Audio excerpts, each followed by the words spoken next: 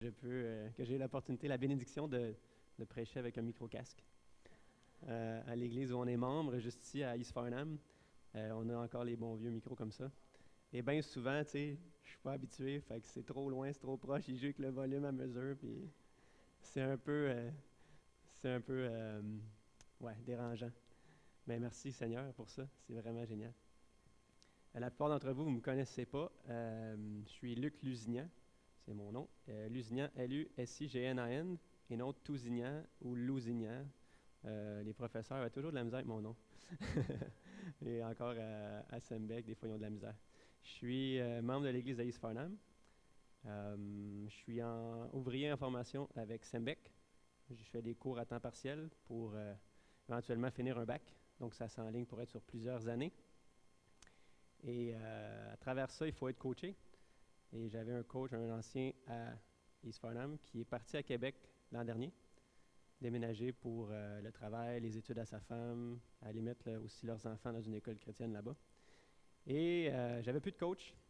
Et par la providence puis la grâce de Dieu, j'ai croisé Eric, qui avait parlé avec un gars de notre église. Puis, tu cherches un coach, Luc? Là, je fais comme, ouais.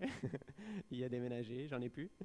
Et vu qu'il a fait les études à Sembec, la même école que je vais, ben, il s'est proposé d'être mon coach. Et on s'est rencontrés, on s'est jasé ça, puis on s'est lancé dans cette belle aventure ensemble. Donc, je serais content que Eric puisse me coacher. C'est vraiment quelque chose qui est essentiel. On a besoin d'avoir de la formation disciple en tant que chrétien. Hein, puis laisser à nous-mêmes, on va grandir, mais à un certain point, à un moment donné, on va stagner. Et c'est vraiment à travers le coaching, la formation disciple, je pense qu'on va continuer d'avancer. Je suis père de 2 enfants, Gloria et Joseph, vous les avez vus tantôt. Et je suis marié avec Fabienne, ma femme. Et c'est un honneur de prêcher quand elle est là, parce qu'habituellement, à East Farnham, elle s'en va s'occuper des enfants en bas, donc elle ne me voit jamais prêcher. Et aujourd'hui, c'est bien le fun, elle va être là à m'écouter. C'est cool. Merci Seigneur.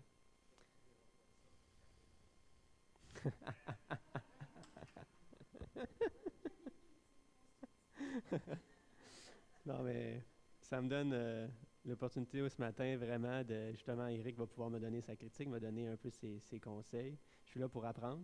Puis, j'ai prêché quelques fois à East Farnham, mais c'est encore une fois pour moi de la pratique puis de l'amélioration. Alors, si vous avez des conseils après, je n'ouvre pas, venez me voir. Puis, il y a quelqu'un qui m'a dit, je pense à Sembec, qu'avant d'être un vrai prédicateur, il fallait que tu aies fait 1000 messages. Là, j'étais comme, ouf, ça va être quoi ça à 60 ans? Il faudrait vraiment que je commence à prêcher chaque dimanche, tu sais, pendant comme 20 ans. Donc, anyway, ça c'est vraiment des choses qui se disent dans l'Église, j'imagine plus américaine ou quoi que ce soit. On va commencer par la prière, puis ensuite on va embarquer dans le message. Merci Père éternel pour ce matin, pour ta présence, pour ce que tu as fait, Père. Tu nous as tellement aimés, tu as envoyé ton Fils unique mourir pour nous. Il est ressuscité, puis il vit, hein, il est assis à la droite de Dieu, il intercède pour nous, il est présent dans nos vies, on a le Saint-Esprit en nous. Quelle grâce, quelle bénédiction. Père, je te remercie pour ce qu'on a entendu ce matin, parler de ta fidélité, ta bonté, qu'on a pu parler de la communion avec toi. Je te prie ce matin que tu continues à parler à nos cœurs, par ton Saint-Esprit, par ta parole qui revient jamais sans avoir causé, accompli un effet, Père. Alors, je te prie pour ça ce matin, que ta parole fasse son chemin dans le cœur des gens et que tu leur parles, que tu les encourages, que tu les challenges, que tu les exhortes, que tu les bénisses. Je prie dans le nom de Jésus. Amen. Alors, on va parler d'un sujet ce matin. Je vais parler de la vantardise, hein, de se vanter, de se glorifier. Alors, on a tous déjà côtoyé des gens qui aiment ça se vanter. Des gens, des fois on les a rencontrés vite, des fois même on vit avec eux. Hein, les gens qui se vantent souvent, c'est pas ce qu'on apprécie plus, c'est plus des irritants. T'sais. Mais il faut se l'admettre, nous autres mêmes, on a déjà fait ça, on s'est déjà vanté. Je pense juste que quand on était jeune, hein, c'est moi le meilleur, c'est moi le meilleur. Puis à l'enfance, on voit ça souvent. Les jeunes, dans la nature pécheresse, on dirait que c'est en eux, faut qu'ils se vantent et qu'ils se pensent meilleurs que tout le monde. Mais en tant qu'adulte, on le fait et par la grâce de Dieu, il nous transforme puis il nous challenge à arrêter de faire ça. Les gens se vantent pour diverses raisons. Ils se vantent de leur talent, Ils se vantent de leur réussite, de leur victoire, leur force, leurs bons coups, leurs différentes possessions. Hein. J'ai une belle maison, j'ai un beau char. Je pense que les gars, on aime ça se vanter de nos beaux chars. Mais moi, je peux pas vraiment parce qu'il est tout bossé et il est pas vraiment beau. Mais le chalet, le spa, hein, vous voyez ce que je veux en venir. Mais pourquoi? Pourquoi se vanter? Les raisons peuvent être nombreuses. Un besoin d'attention, recherche de popularité, un manque d'estime de nous-mêmes, un sentiment d'être meilleur, puis je veux la reconnaissance, je veux me prouver, hein, un désir de gloire. Hein, on n'a pas besoin d'être une rock star ou un sportif ou un acteur connu aujourd'hui là, pour avoir besoin de la gloire. On n'a rien qu'à aller partir un Facebook, un YouTube, là, puis il y a des gens qui deviennent connus avec des millions de likes à parler de n'importe quoi. On appelle ça des YouTubers, ils vivent de ça. Juste être là, puis se vanter de leurs affaires, faire des choses, puis se montrer, puis ils font une carrière plus payante que moi et toi en ce moment. Là. C'est vraiment, vraiment spécial. Hein, la vantardise, c'est quasiment rendu normal. C'est plus comme avant. À cause des médias sociaux, tout le monde le fait, puis ça devient de la normalité. Puis c'est étrange. C'est étrange qu'on soit rendu là. Parce que avant, là, on ne se serait pas en allé avec un gros cahier plein de photos, puis « Hey, regarde mon char, comment il est beau mon char! » Mais aujourd'hui, avec les médias sociaux, on le met, on reçoit plein de likes, hein, ça nous booste notre ego, on aime ça. Ça fait partie de la nature pécheresse de l'homme. Hein. On aime se glorifier, on aime ça avoir la reconnaissance, on aime ça avoir de l'attention, on désire avoir notre gloire à nous et surtout pas glorifier le Seigneur. Ça, c'est la nature pécheresse. Qu'en est-il, par exemple, j'amène une autre piste de réflexion, dans l'Église? Est-ce qu'on se vante, nous, en tant que chrétiens? J'ose dire que certaines fois, j'ai déjà vu ça. Hein, des gens ou des pasteurs qui aiment bien ça, compter les chaises, quand c'est bien nombreux, bien plein, puis pouvoir le dire à d'autres, pour pouvoir justement, « Hey, moi, mon assemblée, il y a bien du monde. J'ai beaucoup de membres. » Des fois, on voit des évangélistes sur YouTube, ils ont des chiffres incroyables de conversion.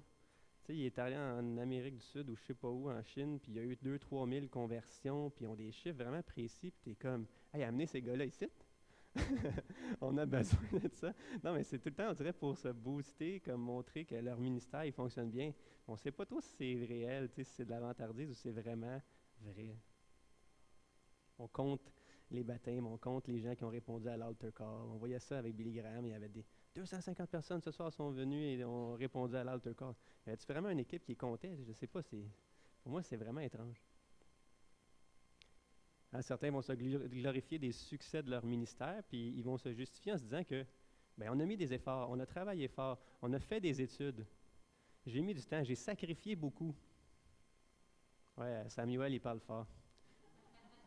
C'est à East Farnham, je m'occupais des enfants en bas, puis il est venu prêcher il y a 2 semaines. Je pouvais entendre son message en même temps, c'était excellent. Exact. Donc, c'est ce que je disais. Des fois, on veut se glorifier de notre ministère. Ça, je pense que c'est un danger dans l'Église. Mais certainement, si c'est fait de la bonne façon, si c'est pour glorifier Dieu, si c'est pour encourager les frères, allons-y d'avant. Hein, vantons les succès du ministère en disant que hey, j'y suis pour rien, je suis un outil dans les mains de Dieu. Gloire à Dieu, ça l'encourage l'Église et c'est une bonne chose. Il faut que ça soit fait humblement et que ça pointe au Seigneur. Mais la question ce matin que je veux vous poser, c'est de quoi nous, en tant que chrétiens, devrions-nous nous glorifier? Devrions-nous nous vanter en tant que chrétiens? On va voir ce matin ce que Dieu dit dans sa parole à ce sujet-là. La Bible nous dit, vous connaissez le verset, de si on a à se glorifier, glorifions-nous dans le Seigneur. C'est un verset qu'on connaît bien. Mais aujourd'hui, on va voir une autre chose, un autre aspect. On va voir Paul qui va se vanter de plusieurs choses qui sont assez, je vous dirais, surprenantes, étonnantes. Alors, on va tourner immédiatement dans la 2e lettre de Paul aux Corinthiens, 2 Corinthiens, chapitre 11, versets 21 à 31 qu'on va regarder ce matin. 2 Corinthiens 11, versets 21 à 31.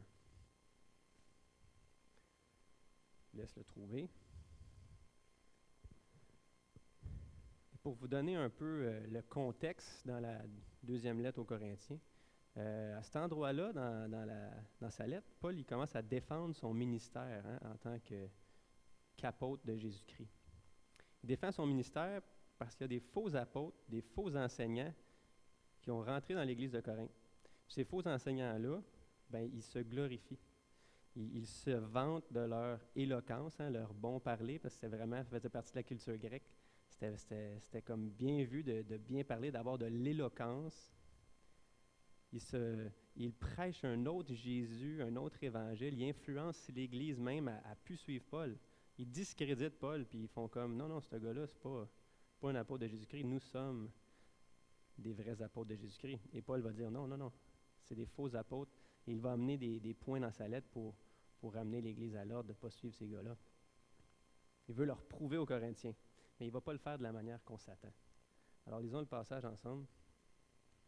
Tournez ma Bible. Je ne sais pas si vous en vendez des Bibles ici, mais moi, j'ai la vieille Bible avec le cover avec des chats dessus, qui est en train de tomber en morceaux. Je suis habitué de prêcher en anglais à East Farnham, puis il y a quelqu'un qui m'a fait un cadeau d'une belle Bible, pour prêcher avec le gros caractère, mais je me suis jamais encore donné le temps d'acheter une Bible en français qui a de l'allure. Les feuilles tombent, c'est incroyable. Oui, c'est ça. Alors, 2 Corinthiens 11, je veux vraiment qu'on se concentre du verset 21 à 31, mais juste avant, je vous disais que ces gars-là, ces faux apôtres-là, se glorifiaient. Et c'est au verset 17, verset 16.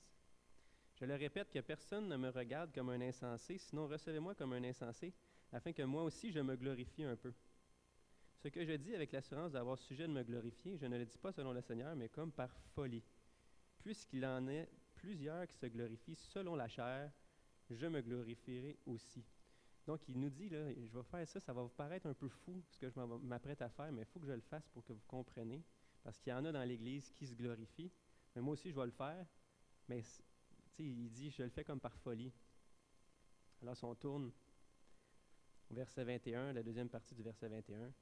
Cependant, tout ce que peut oser quelqu'un, je parle en insensé. Encore une fois, il veut mentionner que ça paraît fou. Moi aussi, je l'ose. Donc, il commence. Il va se glorifier. Sont-ils hébreux? Moi aussi. Sont-ils israélites? Moi aussi. Sont-ils de la postérité d'Abraham? Moi aussi. Il parle vraiment là, de ces faux apôtres-là. Sont-ils ministres de Christ? Je parle en homme qui extravague. Je le suis plus encore. Par les travaux, bien plus. Par les coups, bien plus. Par les emprisonnements, bien plus. Souvent en danger de mort. Verset 24. 5 fois j'ai reçu des Juifs 40 coups moins 1. 25. 3 fois j'ai été battu de verge. 1 fois j'ai été lapidé. 3 fois j'ai fait naufrage. J'ai passé 1 jour et 1 nuit dans l'abîme. Fréquemment en voyage, j'ai été en péril sur les fleuves, en péril de la part des brigands, en péril de la part des païens, en péril dans les villes, en péril dans les déserts, en péril sur la mer, en péril parmi les faux frères. J'ai été dans le travail et dans la peine, exposé à de nombreuses veilles, à la faim et à la soif, à des jeûnes multipliés, au froid et à la nudité. Et sans parler d'autre chose, je suis assiégé chaque jour par les soucis que me donnent toutes les églises. Qui est faible que je ne sois faible, qui vienne à tomber que je ne brûle. S'il faut se glorifier, c'est de ma faiblesse que je me glorifierai. Dieu qui est le Père du Seigneur Jésus et qui est béni éternellement, sait que je ne mens point. Donc c'est un long passage, mais je veux vraiment qu'on prenne le temps d'aller à travers. On voit Paul qui commence à se glorifier, à se vanter. Et il fait ça pour prouver qu'il est un vrai apôtre. Étrange, hein? Regardons ensemble les choses dont Paul se glorifie. Donc, premièrement, Paul, il commence puis il rappelle un peu ses racines, son origine. Il est hébreu, il est israélite, il est de la postérité d'Abraham, donc il est en train de dire, je suis un vrai juif. Je suis un vrai juif, tout comme ces gars-là. Ils n'ont pas plus le background pour faire la job d'apôtre que moi. Là. On est sur la même base, le même niveau. Hein, on vient de la même place.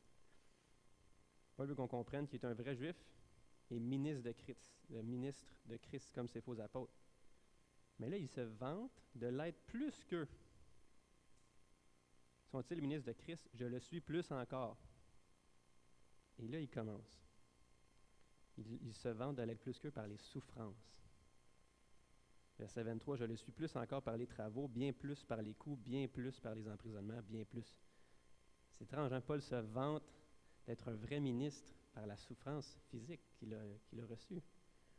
Il a subi les durs travaux forcés de la part des Romains.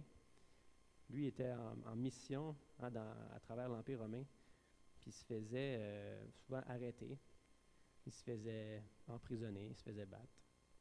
Et il se faisait pas juste battre par les Juifs qui n'aimaient pas la religion chrétienne, mais les Romains n'aimaient pas ça. Pas parce qu'ils pratiquaient une autre religion, parce qu'il y en avait plein de religions dans ce temps-là.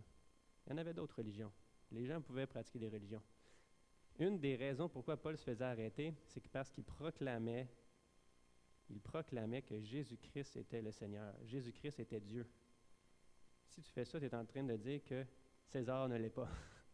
Et ça c'est très grave. Tu ne peux pas dire que César n'est pas Dieu et que César n'est pas le Seigneur.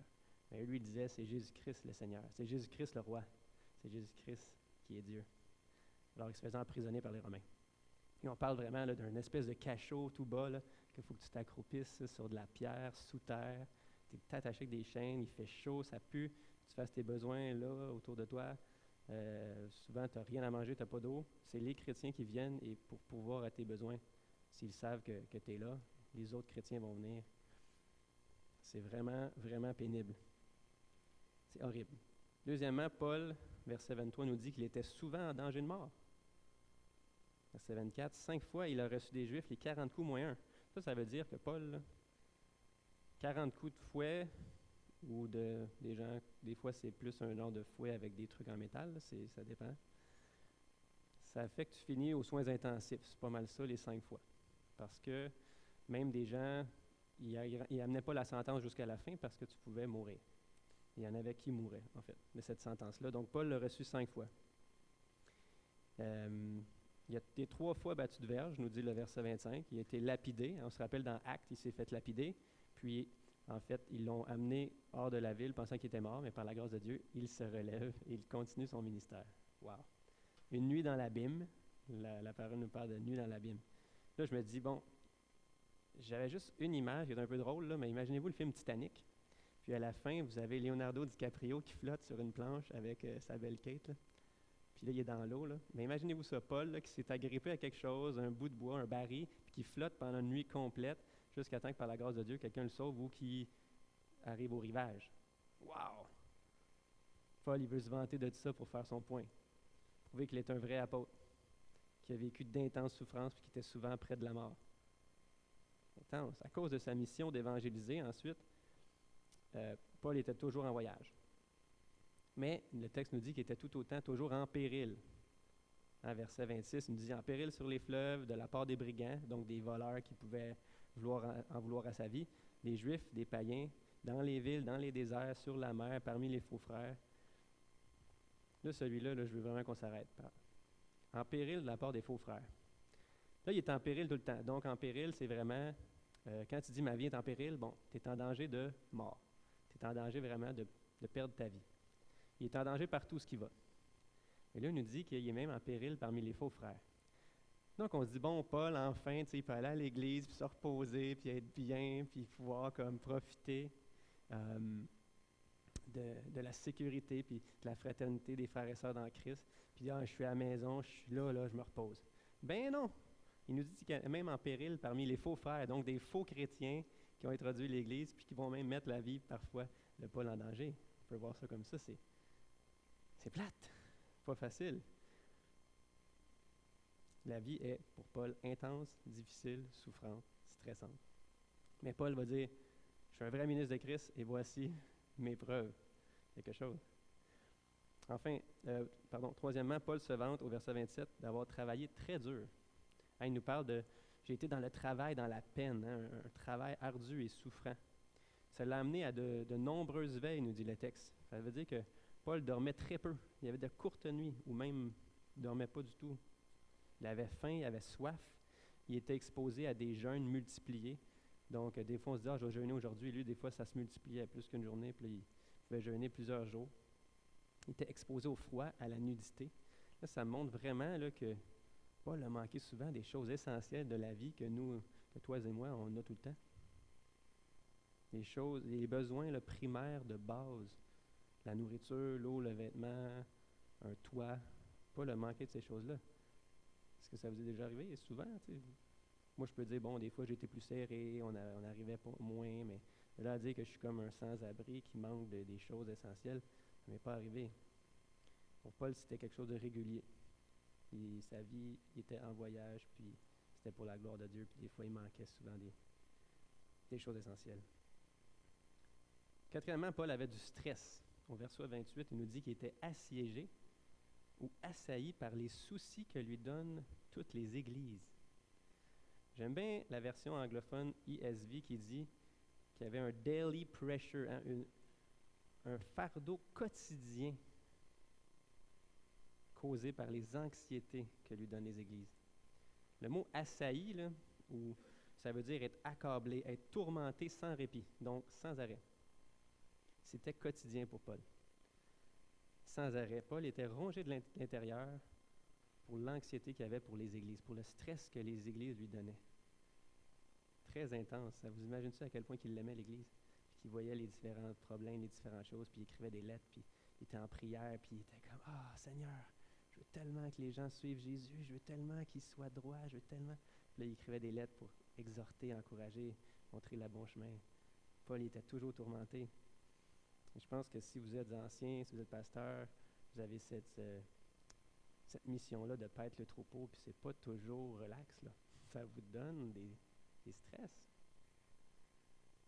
C'est un appel qui est quand même un grand appel. Ensuite, on voit qu'il partageait aussi les souffrances des autres chrétiens. Ceux qui sont faibles, ceux qui tombent dans le péché. Hein? Si on tourne, c'est verset 29. « Qui est faible que je ne sois faible? Qui vient à tomber que je ne brûle? Hein? » Il veut vraiment partager les souffrances des autres chrétiens. Un chrétien tombe dans le péché, ça le fait brûler, ça le brûle, ça lui fait mal. Il partage la souffrance que ça donne. Quelqu'un est faible, il est faible avec lui. C'est un exemple pour nous du fonctionnement du corps de Christ. Hein, Galates 6.2 qui nous dit de porter le fardeau les uns des autres. Ou bien Romains 12.15 qui dit « Réjouissez-vous avec ceux qui se réjouissent. Pleurez avec ceux qui pleurent. Hein? » C'est cette unité-là que Paul avait avec les autres croyants des églises. Puis remarquez que dans sa liste de ses épreuves et de ses souffrances dont il se vante, il y a les mots fréquemment, souvent, chaque jour. Il veut vraiment nous faire comprendre que c'était régulier ce qu'il vivait. Donc, si on résume, Paul se vante de ses souffrances physiques, les différentes fois qu'il était en danger de mort, les souffrances dues au manque des besoins essentiels de la vie, l'eau, la nourriture, le vêtement, etc., le sommeil, les souffrances psychologiques, le stress que les églises pouvaient lui causer. Et on va finir avec le 5e point. Paul se glorifie de sa faiblesse. Verset 30, vous le connaissez. « S'il faut se glorifier, c'est de ma faiblesse que je me glorifierai. » Et pour être bien sûr qu'on le prenne au sérieux, il va finir en disant « Dieu qui est le Père du Seigneur Jésus et qui est béni éternellement, sait que je ne mens point. » Donc, il est très sérieux. Il dit « Je veux vous compreniez, je ne mens pas, là. Je ne mens point, je suis sérieux. C'est de ma faiblesse que je vais me glorifier. » Alors vous, aujourd'hui, comme Paul, si vous aviez à nous convaincre que vous êtes un vrai chrétien, un vrai disciple de Jésus, de quelle façon le feriez-vous? Qu'est-ce que vous diriez à l'Assemblée pour les convaincre? Et moi, j'imagine que la dernière chose que vous diriez, c'est toutes les souffrances, là. Vous diriez plus avec, je suis un... Tu sais, j'imagine pas que vous diriez, je suis en stress constant pour mes frères et sœurs, ça me fait mal, j'ai tout le temps de l'anxiété pour l'Église, c'est pour ça que je suis un chrétien. Ou à chaque fois que j'évangélise, je me fais battre, je me fais cracher dessus, tu sais. Je suis allé en mission, puis j'ai été en danger de mort plein de fois, puis mon bateau a coulé. Tu sais. On ne s'attend pas à ça. C'est pas ce que je m'attendrais de vous. Je m'imaginerais votre belle histoire de conversion, comment Dieu agit avec puissance dans votre vie. Vous êtes délivré des addictions par la grâce de Dieu. Vous évangélisez, il y a des conversions. En fait, ce qu'on a entendu ce matin, à toutes les bonnes œuvres que vous faites au nom du Seigneur Jésus. C'est à ça que je m'attendrais. Puis Paul aurait toutes les raisons de faire exactement ça. Il l'a-tu, le témoignage? Il l'a-tu, lui? Le beau background avec les miracles qu'il a fait, les guérisons miraculeuses qu'il y a eu, les gens qui étaient guéris par un simple mouchoir que Paul avait touché. Rappelez-vous sa conversion, quand il y a eu une lumière éblouissante, il est tombé par terre, il a entendu la voix de Jésus lui parler, il a perdu la vue, il a recouvert la vue. Tu sais, il y a tout un témoignage glorieux qui aurait pu dire, voici mes raisons que je suis un vrai apôtre de Jésus-Christ. Mais non, il va nous sortir sa liste de souffrances, les épreuves, les persécutions, le stress pour les églises, pour montrer qu'il est faible. Il se glorifie de sa faiblesse. C'est ça son argument pour prouver qu'il est un vrai apôtre. Intéressant. Ça nous montre quoi, ça, ce matin? Ça nous montre que Dieu ne voit pas les choses comme nous. Ça ne fonctionne pas comme nous, on fonctionnait dans le monde là, avec un pattern c'est de même, ça marche la vie. Non, puis grâce à sa parole, on peut comprendre mieux ses voies. Gloire à Dieu. Hein, il ne voit pas la réussite comme nous. Dieu ne voit pas les forces et les qualités des êtres humains comme nous. On les voit dans la chair. Paul dit dans 1 Corinthiens 1, 27, Dieu a choisi les choses faibles pour confondre les fortes. Hein, c'est toute une autre façon de penser. Mais là, pourquoi il faut être renouvelé dans notre intelligence? Sinon, il y a bien des affaires qui ne feront pas de sens dans notre vie chrétienne. Alors, rappelez-vous l'histoire de Gédéon. J'ai une bonne illustration ici. L'histoire de Gédéon, il était une grande armée, puis il s'en allait contre une autre grande armée, que même le texte nous dit c'était des myriades. Là. Il y avait beaucoup de monde dans l'autre armée. Puis, il les a arrêtés, puis il a dit non. On enlève des gens de votre armée. On enlève des gens. Puis il les réduit à 300. Ensuite, il a dit, vous n'allez pas là avec des épées, là, puis des armes. Vous en allez là avec une trompette puis une torche. Là, vous allez au combat. Pourquoi Dieu fait ça? Paul, j'inverse les deux. Dieu a amené l'armée de Gédéon à être faible pour être sûr que Dieu reçoive toute la gloire. C'est ça qu'il a fait. Il l'a même dit dans le texte. Il a dit, je paraphrase, si vous allez au combat et que vous combattez par vous-même, vous allez me voler la gloire. Vous allez prendre la gloire pour vous. Et Dieu ne voulait pas ça. Donc, il les a réduits à une faible armée de 300. Ah, imaginez-vous 300 gars avec des petites trompettes et des chandelles qui s'en vont là. C'est assez faible, là. C'est assez faible. Oui, de loin, ça a fait un effet avec les chandelles, ils ont eu peur. Mais en réalité, c'est faible. Et Dieu a reçu toute la gloire. Il a combattu pour eux. Il n'y avait pas le choix. Si Dieu n'intervenait pas, il était fini. C'est Dieu qui a manifesté sa gloire puis sa puissance, et il a reçu la gloire. C'est ce que Dieu fait avec Paul. Il le rend faible. Quand on est faible, Dieu est fort. Dieu est notre force. Puis Dieu est glorifié. C'est lui qui reçoit la gloire. Quand on est faible, on dépend de lui et on prie. Hein? Seigneur, donne-moi ta force, j'ai besoin de toi. J'ai besoin de ton Saint-Esprit. Quand on est fort et qu'on fait tout par nous-mêmes, on dépend-tu de Dieu? Hein? Non. Et ça, c'est quelque chose dans ma vie que Dieu me montre.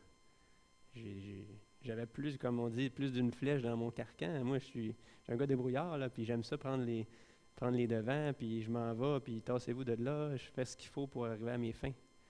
Mais Dieu, il veut que je dépende de lui. Fait qu'à cette heure, quand j'essaie de faire les choses par moi-même, ça ne marche plus.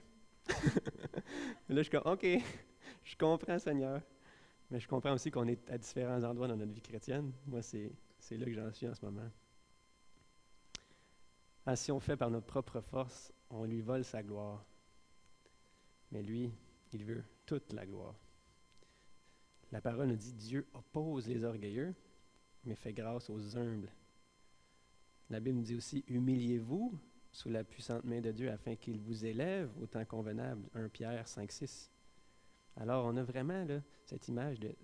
Nous, ce n'est pas de se glorifier, de se battre pour aller au top du podium, puis d'être en avant de tout le monde. Non, on s'humilie. Dieu, lui, va nous élever au temps convenable. Jésus nous dit, quiconque va être le plus grand parmi vous, qu'il devienne l'esclave de tous. Wow, quel exemple, hein? Il faut regarder à Christ. Il n'est pas venu, Christ, pour être servi, mais pour servir. C'est ça l'idée. Hein, la parole est claire, il faut se soumettre au Saint-Esprit pour devenir ces gens humbles, esclaves, serviteurs. On n'aime pas ça le mot esclave, mais il est dans la parole. Il faut être les derniers, il faut être faible, comme Jésus, puis laisser Dieu nous élever au temps convenable. C'est lui qui va nous élever. Il faut y faire confiance. Donc, tu désires prendre du leadership, être un leader dans l'Église, c'est pas en tassant tout le monde, là. C'est en servant tes frères et sœurs, en servant ton Église. Tu peux passer le balai, laver les toilettes, les choses plates, là. Inquiétez-vous pas, Dieu va vous élever. Vous avez un grand appel dans votre vie. Ah, Dieu, tu me l'as dit, j'allais avoir tel ministère. Ou Dieu, tu me l'as dit, j'allais devenir un pasteur. Ou Dieu, tu me l'as dit, j'allais avoir, je sais pas moi, j'allais faire de la mission, j'allais être missionnaire. Il te l'a dit, tu es convaincu. Continue à servir dans les petites choses. Il va t'élever, il va t'amener à ton ministère. Fais-y confiance. C'est de s'aider les uns les autres. Aider les justement, comme Samuel, les faire à déménager. Hein, des fois, c'est pas le fun. On peut faire d'autres choses de notre samedi après-midi, mais on y va. On sert. Puis à mesure qu'on s'oublie, on a de la joie là-dedans. On commence à aimer ça, servir les frères et sœurs, puis être avec eux. On est transformés. Pensez à Jésus, hein, qui s'est abaissé à servir. C'est le Seigneur. C'est Dieu fait chair. Puis il s'en va servir les autres. Mais pas que ça, il s'est abaissé à laver les pieds de ses disciples. Moi, cette image-là, elle me frappe, là. Le Seigneur Jésus, tu sais, entre 30 et 33 ans à la fin de sa vie, de son ministère, puis qui va s'abaisser, laver les pieds de 12 autres hommes. Tu sais, c'est une image assez faible, là. Ça prend de l'humilité. C'est beau. Imaginez-vous quelqu'un qui se met à genoux aujourd'hui puis commence à laver les pieds de tout le monde. Tu sais, c'est quelque chose. Puis il a dit, faites ça. C'est un exemple que je vous donne. C'est notre Seigneur. C'est un acte d'humilité, de faiblesse que Christ nous a donné. Christ a été faible. Puis quand il est allé à la croix, hein, imaginez-vous, il n'est pas allé à la croix sous la chanson thème de Rocky, le ta-na-na, ta-na-na, tu sais, en battant l'air, puis en montrant ses pecs, puis en disant « I'm going to the cross to save the world », tu sais, je m'en vais à la croix pour sauver le monde. Non. Non, Jésus, il était à genoux, face contre terre. Il priait. Il était mort de peur et d'angoisse, nous dit le texte. Mort de peur, là. Père, s'il est possible, éloigne de moi cette coupe. Et sa faiblesse a été sa force.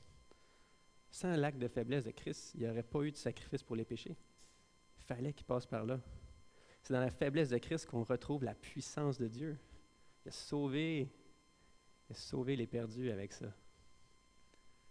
Alors aujourd'hui, je vous encourage, une chose dont on peut se glorifier, hein, se vanter, c'est notre faiblesse.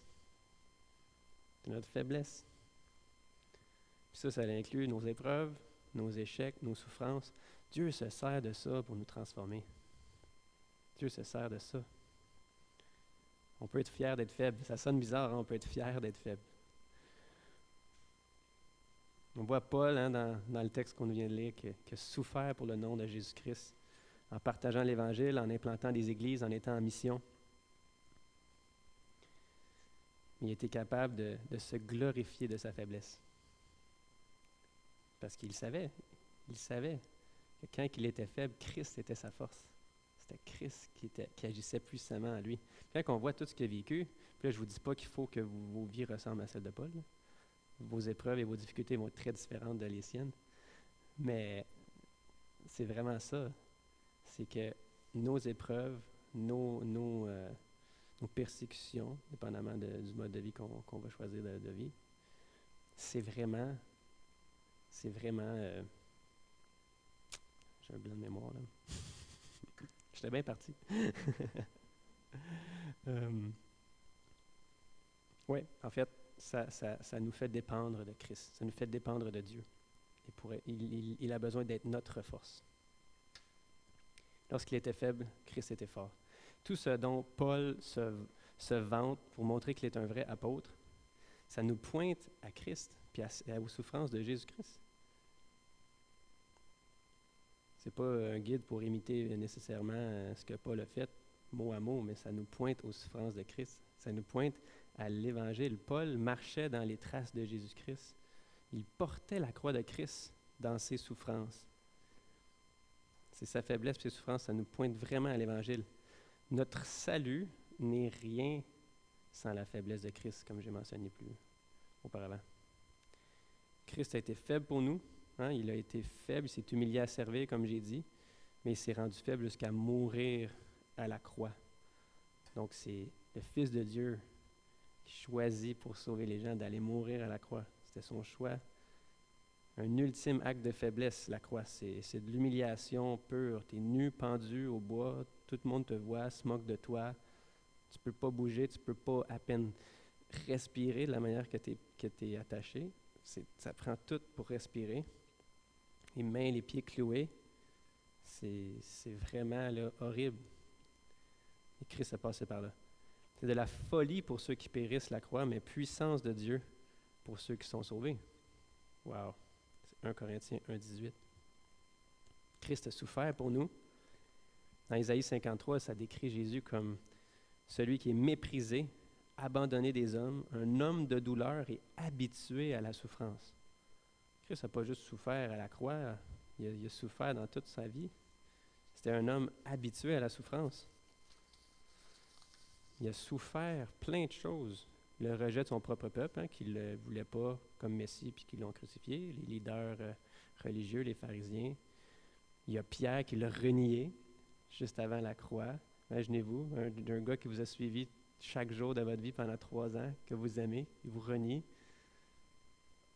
La trahison de Judas, les souffrances émotionnelles. On voit que quand Lazare est mort, il a pleuré. Hein, lui aussi vivait des souffrances émotionnelles. La souffrance physique, bien sûr, qu'il a vécu à la croix, les coups, la couronne d'épines, le fouet, les clous, la croix. Mais pensez à ça, pire encore, il a pris le péché. Il a pris le péché de l'humanité sur lui.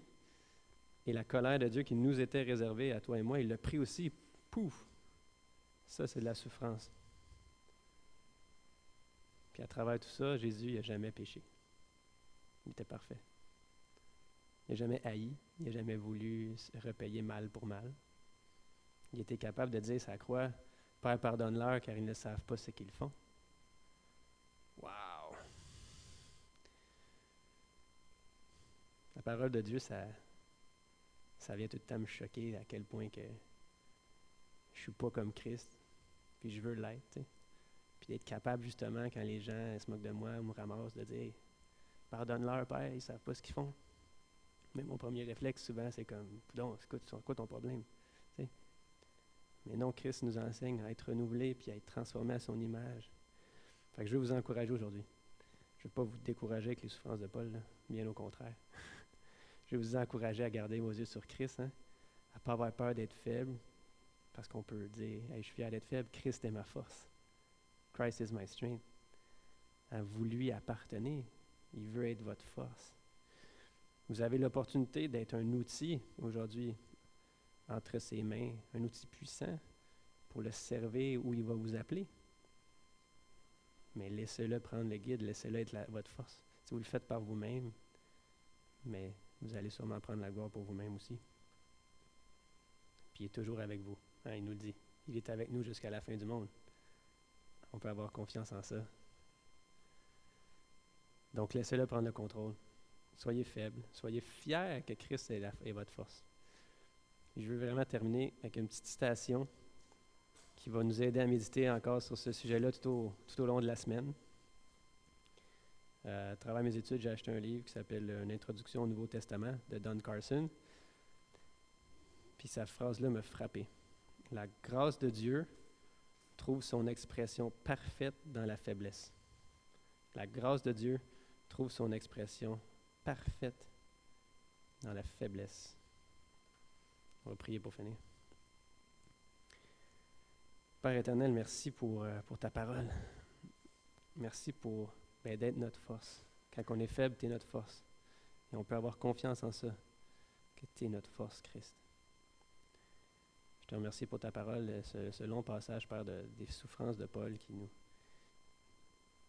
pointe à l'Évangile, qui nous pointe aux souffrances de Christ, qui nous dit que oui, la vie chrétienne, c'est pas toujours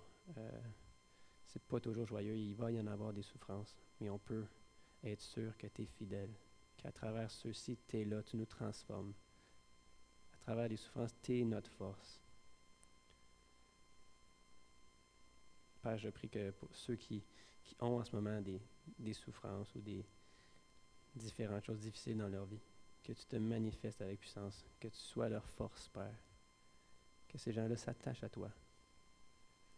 En fait, la prière, c'est qu'on puisse dépendre de toi chaque jour. Ne jamais oublier que tu es là et que tu veux agir en nous. Merci pour mes frères et sœurs. Bénis-les cette semaine. C'est dans le nom de Jésus-Christ qu'on prie. Amen.